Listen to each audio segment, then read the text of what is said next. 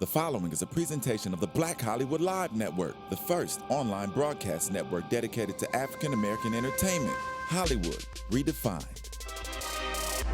From Los Angeles, California, presented by Maria Menounos and streaming live thanks to Akamai Technologies, this is Black Hollywood Live, the Black Tea Party, featuring weekly discussions on political news and current affairs. Black Hollywood Live, Hollywood Redefined. You're listening to Black Hollywood Live. And now, the host of Black Hollywood Live, the Black Tea Party. I'm waiting on it. I'm waiting on my mom. Drop it. There it is. And drop it. I open up the show every time that. I'm glad you do. It's consistency. It's good. it's Something to look February. for. Yes. Oh, this is the perfect time for it. Ladies and gentlemen, it is Black History Month. Yes. This is Black Hollywood Live, and we are the Black Tea Party. My name is Ron Moore. I'm your host for the night, and joining me as well, let me give my Twitter handle, Ron the Ruler. If you would like to talk to me, follow me, all of that good stuff. And sitting on my right, What's up, you guys? It's Stacy Ike. If you want to live tweet me throughout the show, I have my cell phone. We're already in charge at One Take Stace. Tweet me out. And I'm sitting next to... Don Nash. I feel What's like up? a special guest. You really are. are. Oh, my I God. Since 2014. Happy New Year. Yes. Happy New Year. Happy birthday. Happy birthday. Happy Month. Valentine's Day. Happy Everything. Black Month. Happy Black Month. Yes. Yeah. Yes. It feels good to be here, y'all. Yes. Happy President's Day. You know, it's all coming out. so you've been traveling, like, I've been working. yeah, you have been working. Yeah, you Love it. James Brown ain't got Love nothing it. on you, brother. Nothing. Nothing. How is, you've been mostly New York or? Mostly New York, Detroit, Arkansas. Oh, Yeah, Eastern down south. Yeah, well, Cold. This weather, I was like, this weather's probably nothing. I mean, Cold. now It's you been know. brutal. I've been Yes. stranded in airports. Yeah, it's been Ooh, fun. that's Oh not my It's a good gosh. life. That's not good. Damn.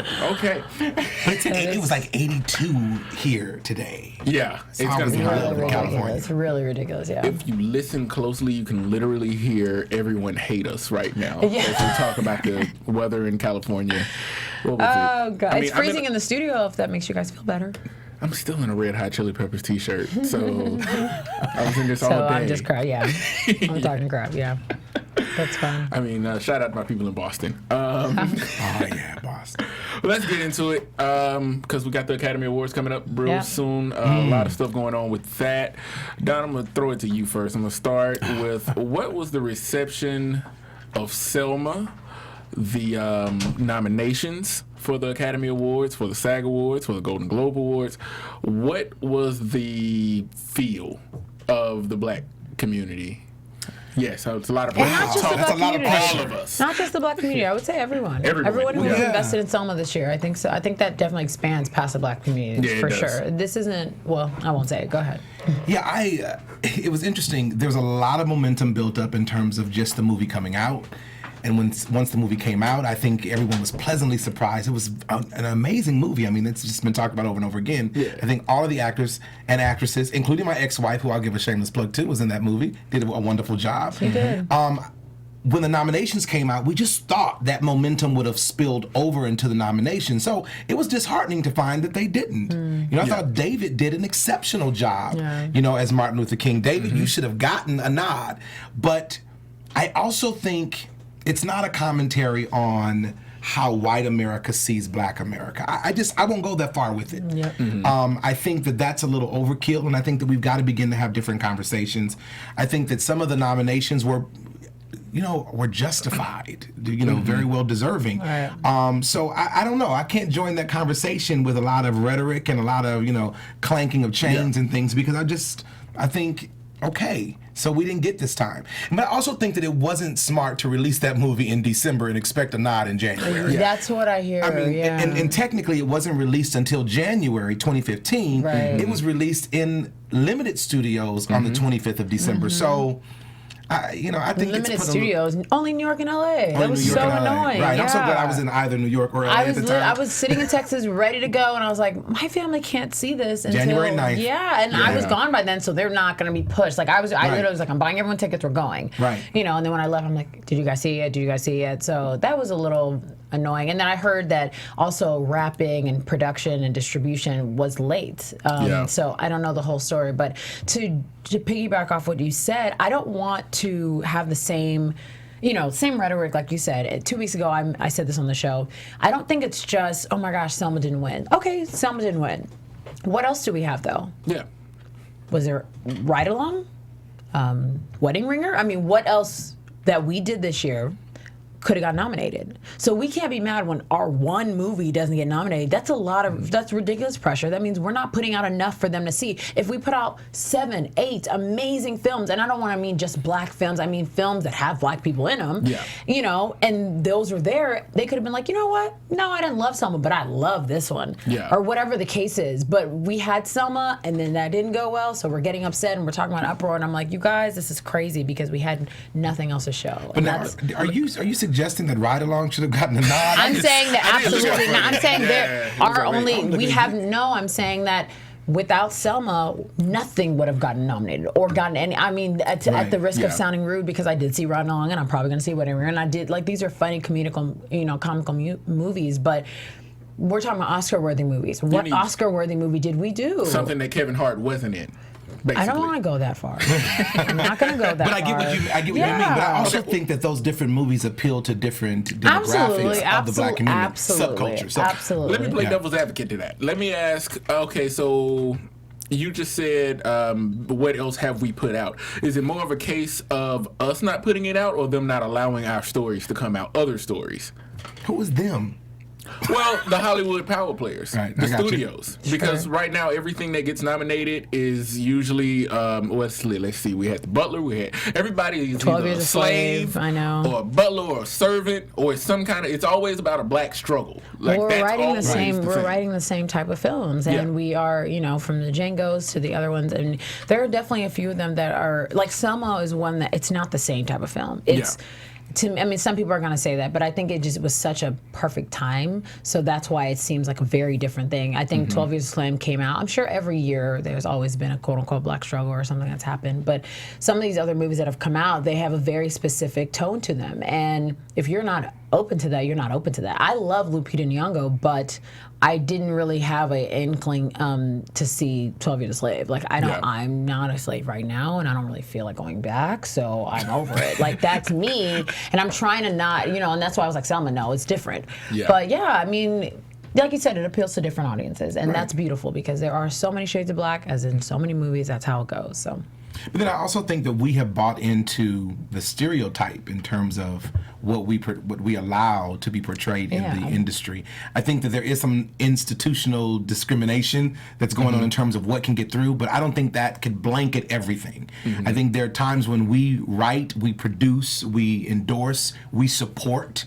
We go out and support in terms of buying movies and things of that nature of the thing that is a stereotype. I mean, how many times do we have to see movies that make us look like we don't look, but they look like our cousins. That's true. You know what I'm saying? And those movies are out there. How many times do we want to tell that story? Likewise, when Selma came out, initially I didn't want to see it. I didn't want to see it because I didn't want to hear that story again. I'm trying to move forward, and now you're trying to take me back to the civil rights movement. What became refreshing for me in watching it was the story was told very differently. Very modern. It's a very different story. So I was very impressed by that. Absolutely. Which kind of brought my disappointment when there wasn't a nod given, but at the same time, I mean, I just think that we've got to become broader as a people. We've got to become more fully expressed as a people. I think that, Pookie and them don't represent every urban expression of an African American man and a woman or family. I mean, coming off of the big screen to the small screen, when you look at movies like, television shows like Blackish, which is doing such a great job. I hear more Caucasian people saying how much they enjoy Blackish and they didn't think they would like it because they thought it was going to be a certain way, but now they see that this is a different expression of black life or the black community. So I think that we need to begin to paint with that broad brush. Several different pictures, I don't think painting with a broad brush means that we're turning our back on our people or our cause or our identity. Yeah, no, because we're a very, like you said, very diverse culture. I was super excited for Dear White People when it first came out.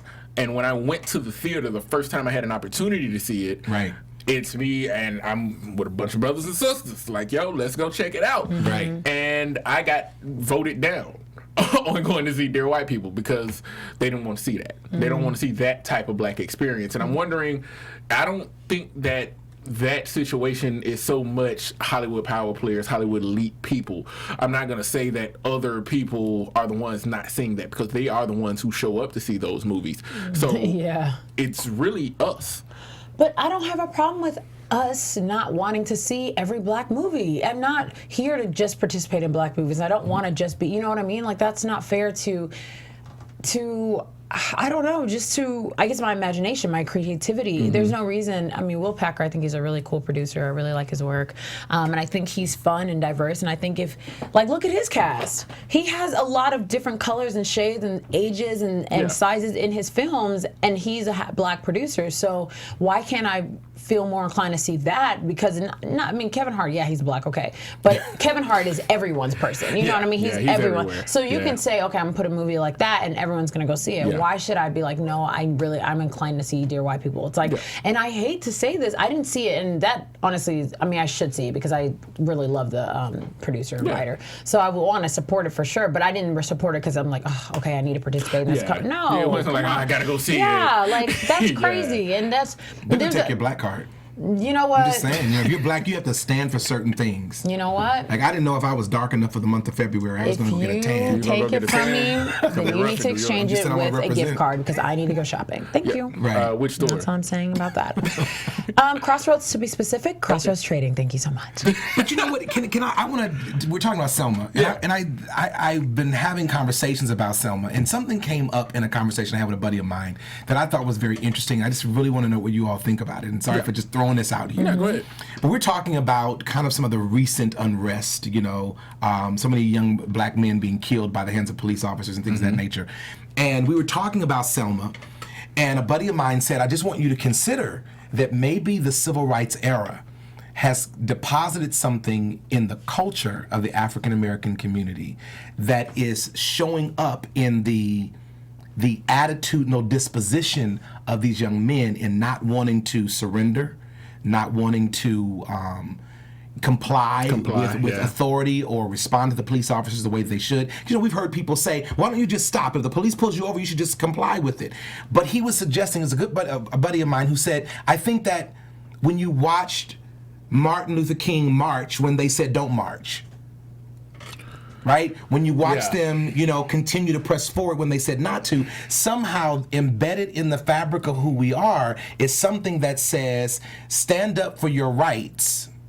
Don't let them tell you what to do if you feel like you're being violated. Yeah. So when I pull you over and you feel like there's no reason for me to pull you over, you have the right to resist me and to not comply with me. You don't have to get out of the car when the cop tells you to get out of the car. So I thought that was a very interesting perspective. It's a stretch, but it's a perspective. That takes it kind of far because I've seen in many, many instances the guy who's doing the I don't have to comply with that. I don't have to do this. And I don't it's have like to for do the that. wrong reason. They're doing it for the wrong reason. Right, Martin Luther King was standing up for a completely different set of principles. Yeah. If you're telling me that I shouldn't comply with a cop because I'm standing on the corner selling dope, and he coming down the street, and I'm like, I ain't got to comply to him. Nah. That's completely different. So I kind of understand, but that argument can be taken to such an absurd place. Yeah, but I wonder if you think that the characteristic of some form of rebellion is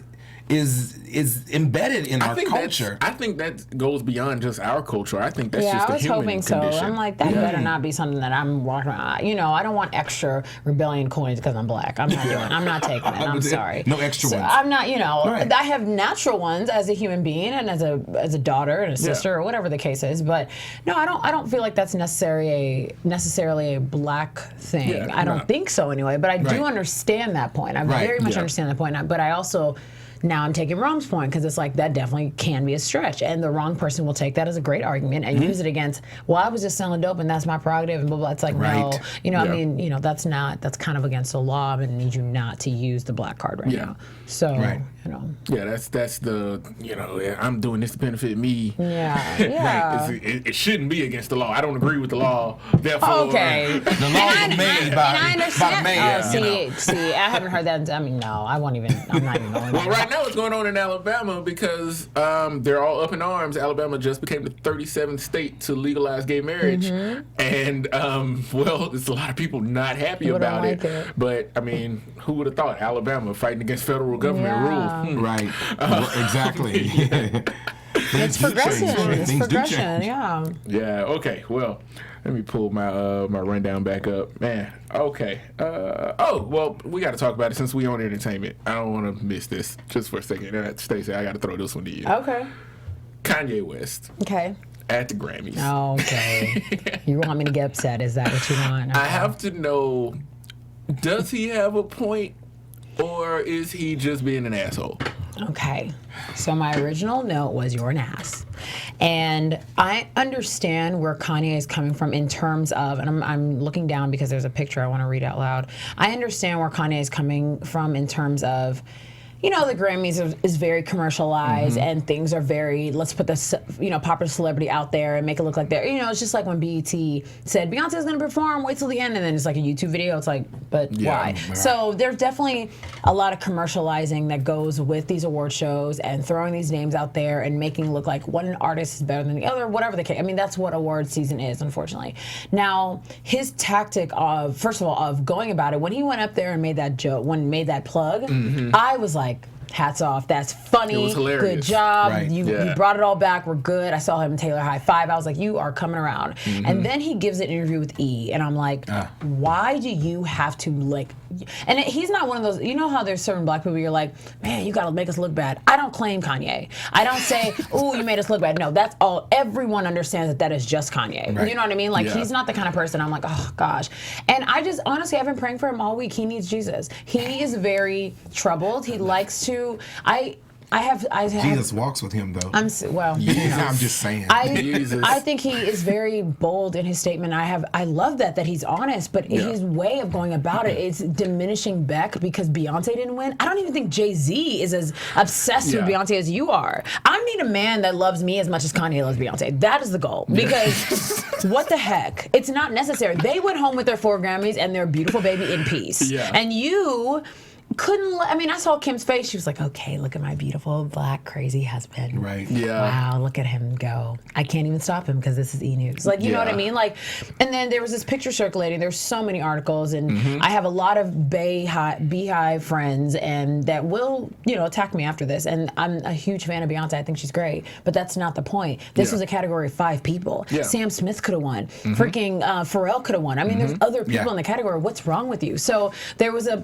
it's always Beyonce. It's always Beyonce, and that's how everyone else was. Who's Beck and what's? I'm like, just because you don't know his music and you haven't opened up to that music doesn't mean that he's not worthy. Are you crazy? Yeah, absolutely. He was nominated. But even Kanye has come back and indicated that he respects him as an artist. Yes, he was like, no, he's dope, but it's just that the artistry aspect, whatever. Yeah, Beck has been around since the 90s. Yeah, and so there was the artistry aspect is just overdone. It's just overdone. Yeah. So there was a post that said Beck wrote, produced, arranged all 13 of the songs on his album, plays 16 instruments, and is asked by Kanye to give Beyonce the award. Beyonce plays no instruments, needed 16 songwriters, producers, and composers on her last album. Yes, I get you, Kanye. I see your point of artistry.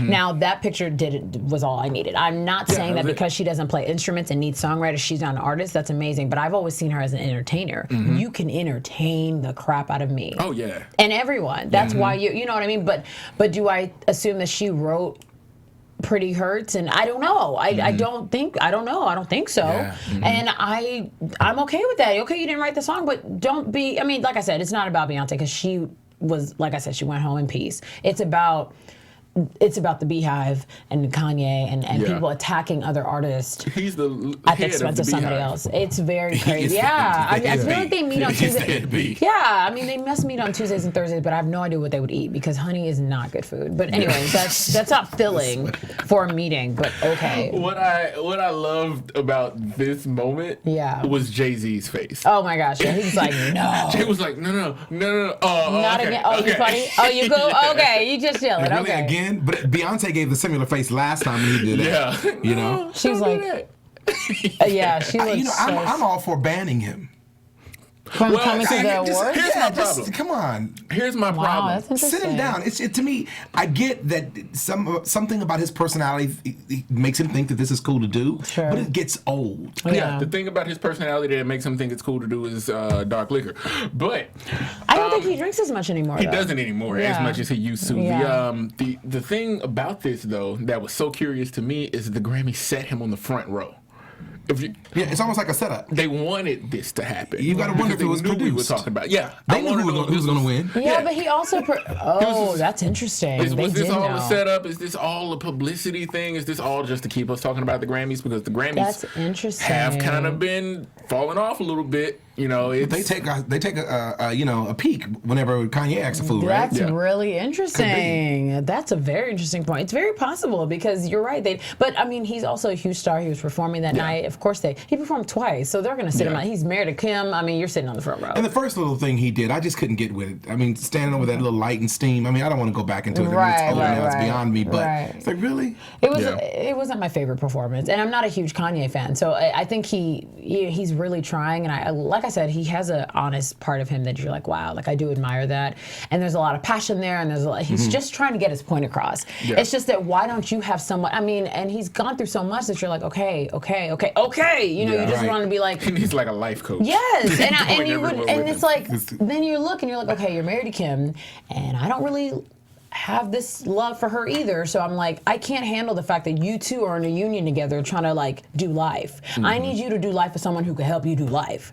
But that's not my business. So I'm hoping, like I said, I've been praying for them all week. All week. Legit. Cool. Well, I mean, it's working because we're talking about them. Yeah. Which is Hats what they off. want in That's this. exactly what they want. That's why Kim was looking at him saying, great, I don't have to work so hard this week. We'll get publicity. Oh my God, that's great. I don't have to take 55,000 Instagram pictures. Exactly. Oh, no. I don't have to put my butt on the big or the small screen this week. Yeah. That's a whole nother story. That's another conversation, her. Yeah. All right, let's take a moment to switch to a little bit more serious note. Yes. President Obama is going ahead and using his authorization to use military force against ISIS. And, they're everywhere in the Middle East, Iraq, they're in Syria, which is their mainstay. What are you guys' thoughts on President Obama actually saying, and yes, granted, there are limitations to the power that he can wield on this one, because he doesn't want to go back on his promise to not put America back into another ground war. So we're only putting troops on the ground in cases of rescue and to take out terrorist leaders. But what is your thought on drone use, using the Air Force, bomb drops? Well, I know that this all didn't start recently, just now. I mean, this has kind of been happening, unfortunately. And this week, because of the woman that was, that died, and we don't really know how she died and that kind of thing, and she was a humanitarian and she was a, American, that kind of thing. I feel like that was an extra spark. And so I know Obama was like, okay, I can't let any more people get beheaded, die, whatever the case is, so I need to do something. So I feel like there was just so much pressure for him to make that kind of move, because in my head, I'm like, no, don't go to war. Let's just keep fighting it. Let's just keep, I don't really know what you can do besides what they are trying to do. And so for me, I don't know. I hate war. I always thought, that we never had to come to this, and that ISIS would be dismantled and we'd figure it out. I don't even know how that would go, because I don't understand so many things about the intergalactic scope that is the government. I don't understand what needs to be. I don't get it sometimes. I'm like, this is over my head. And it's vast. Yeah. So I don't know. I mean, all those methods of madness that you just mentioned, no, I don't love any of them, but I don't know. If we're there for rescue, or, in places of rescue, I can possibly get with that, but I don't know. Don, what do you think? I'm sitting here thinking through it as you give the passion about it. I'm just like, I don't know. It's so... I'm all for it. I mean, really? I struggled with it, and then I recognize that something about America's government when it comes to war, while we don't trust it, we haven't trusted it a lot in times past. I think that there's one thing that we don't have, is we don't have an obvious threat of one person being able to have an attitude and act a fool and do something radical that would intimidate or threaten the other guy. I think that when we look at some of these other countries, we're always wondering, what is this fool about to do? What is this nut gonna do? He's crazy. But we don't have that in America because we're too convoluted in our structure. So I think the fact that he's even trying to exercise this is great because it'll send a message in and of itself, even if it gets, scaled back. But don't you think it's exactly what they wanted? Like, that's how you know their plan is working. Let me execute here, let me behead there, and let me scare you guys a little bit, and then boom. That you can come to war with us, but so that we can have our way. I think that people think when they hear him say, we're not going to go to war, I think that's the trigger for you to begin acting a fool and, doing these terrorist threats and beheading people and making... So then when you do hear war, it's better? That's what they want? No, I don't think they want war. I think they can, kind of go to the exaggerated end after they hear that we're not going back to war. Nobody wants, I don't think any other country wants war from America. Right. Because we do war better than any other civilization ever on Earth. Right. Yeah, that's just kind of what we do. We're not sure. I'm just kidding. We come in and take over. Yeah. Right. And granted, a lot of people die, though. A lot of people do die. A lot of people die. But, and that's another thing, we don't hear about it a lot because of the way the media is today. But it's part of the thing that happens. But at the same time, ISIS is a terrorist organization. Absolutely. They what they spun out of and all the people they sucked up from the Syrian National Army and all of that type of stuff, they are a dangerous group of guys. And if you allow them to keep going, to just keep growing, keep taking over, keep going, they will continue to spread. Now, granted, a lot of people say that about us. Right. Because when we go into a place, we do not leave it. We stay there and we kind of fester and we grow and we continue sending troops there to maintain the peace or, however you want to call it. But when it comes to ISIS and what they're doing, I'm not going to say I understand what they're doing. I understand their mentality. I've spoken to some people from that area of the world. They've told me exactly what life is like over there. They told me what life is like before the terrorists come in. I'm trying to get a couple of them to come on the show because I definitely want to have them live in studio to explain life before terrorism is taking over an area and after it's taking over an area. Yeah, and these people are so fanatical. They really believe in what they're fighting for. When America fights, we fight for a myriad of reasons. We fight for oil. We fight for money. We fight for land. We fight for a lot of... Sometimes we just fight for American pride. But they really, to their soul, fight for what they believe in, which is why they use suicide bombers. And, they do all kind of dirty tricks. Just like Boko Haram. They will strap a bomb to a child, which is incredibly cowardly. I would rather see, if you believe that much in your cause, strap that bomb to yourself and walk out into the marketplace if you're that bad. You bring up a very interesting point because why do we fight? I think that we are always looking for our own motive. Yeah. I don't know what our motive is. This particular president, for the first time in a while, I kind of trust that his motive is not something other than what I would probably agree with. I feel like I understand the constitution of his moral value, if that makes sense. I may not agree with his politics or his moves, but I go along with him because I trust his core. Yeah. But I don't know what message it is that we're trying to send when we go in. And I think that if we knew that, we'd have a different response to these type of actions. That's my catch. I don't know what the end game is. I don't know what our plan is for the end of this. That's my concern. I don't know exactly. I know why we're going, because we're going under the guise of world police. But we weren't world police while this girl was over there being held hostage all this time. Right. So are you waiting for somebody's head to be cut off before you can? We always are. Well, sometimes we are. But then that makes me now question the motive, because if you're waiting for somebody to die before you can become the police to moral, global morality or something of that nature, then what are you really going for? Maybe this is just a convenient opportunity for you to go over there and exercise your real intention. Wow, that's and I will really tell you this, point. because this president specifically works with the CIA in a way that a lot of other presidents have used and not gone as far. Yeah. Trust me, for him to make this decision, we have agents on the ground already. We've run, I don't know how many black ops into that country. We've already infiltrated. He knows something more to send us in, to actually start authorizing drone strikes and put the risk of innocence, because that can happen, obviously, anytime when you got a guy at Nellis Air Force Base in Vegas flying a drone that's all the way over in Syria. Yeah, they got some of the best cameras in the world on those things, but you don't always know exactly what you're hitting, which is why we get innocents getting killed, innocent civilians that just happen to be on the outskirts of a bomb blast or something like that, or just too close to a guy, because I don't know if I trust us enough to, if we have a guy that is a terrorist leader and we know we can get him and he's in the open, but at the last second there's a child 20 feet away. Do you not let the bomb fly? Ooh. That's the type of situation that I'm curious about.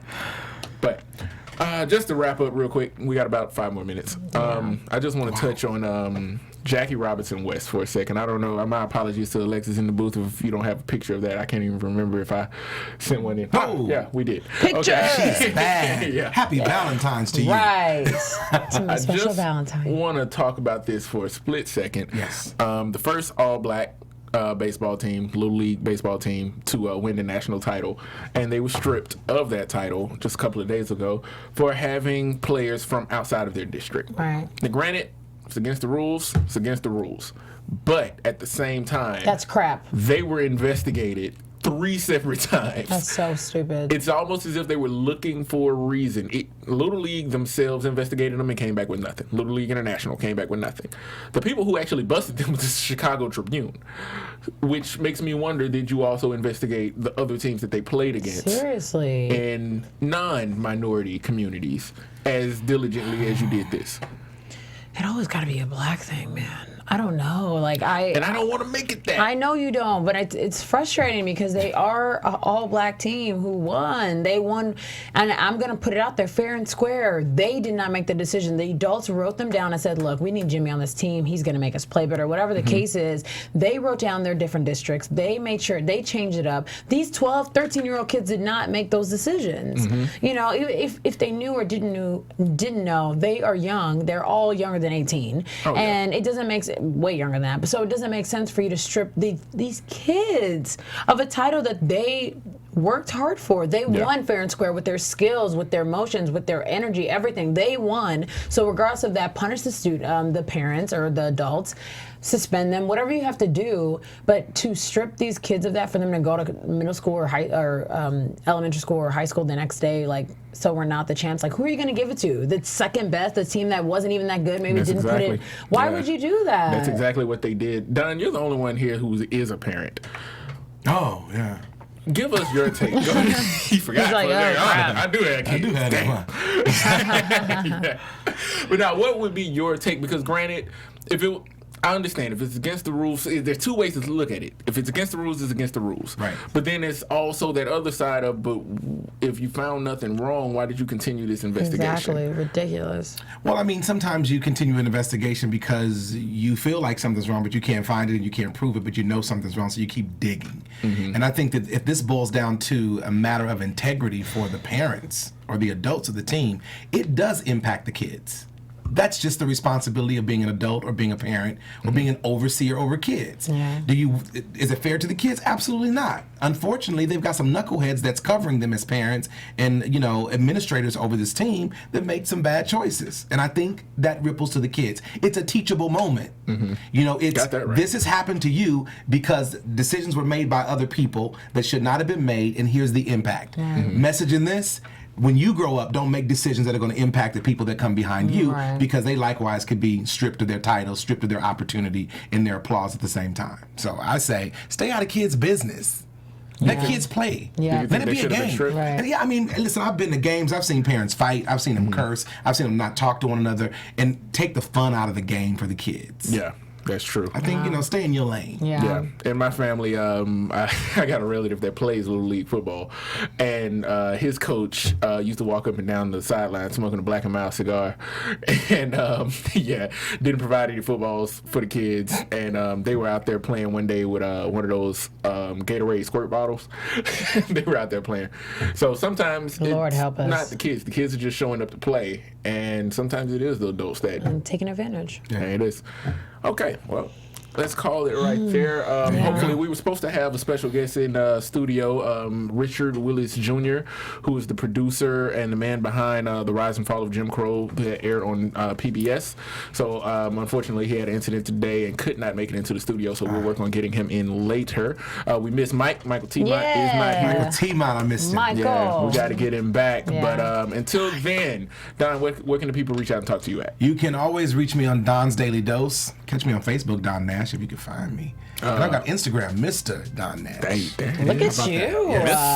The Insta. What's up, you guys? You can check me out on Twitter and Instagram at OneTakeStace. I'm also here on Wednesday and Thursday with AfterBuzz TV doing How to Get Away with Murder, Suits, and Blackish. And also, shout out to my beautiful producer, Alexis, for this fabulous rose. Aw, thank you guys. Oh my God, you're the best. She would have had a Valentine's outfit with all jealous. that. Thank you. Alexis, take me to the strip club or something. Hey, don't take away this beautiful moment. I got dollar bills for you.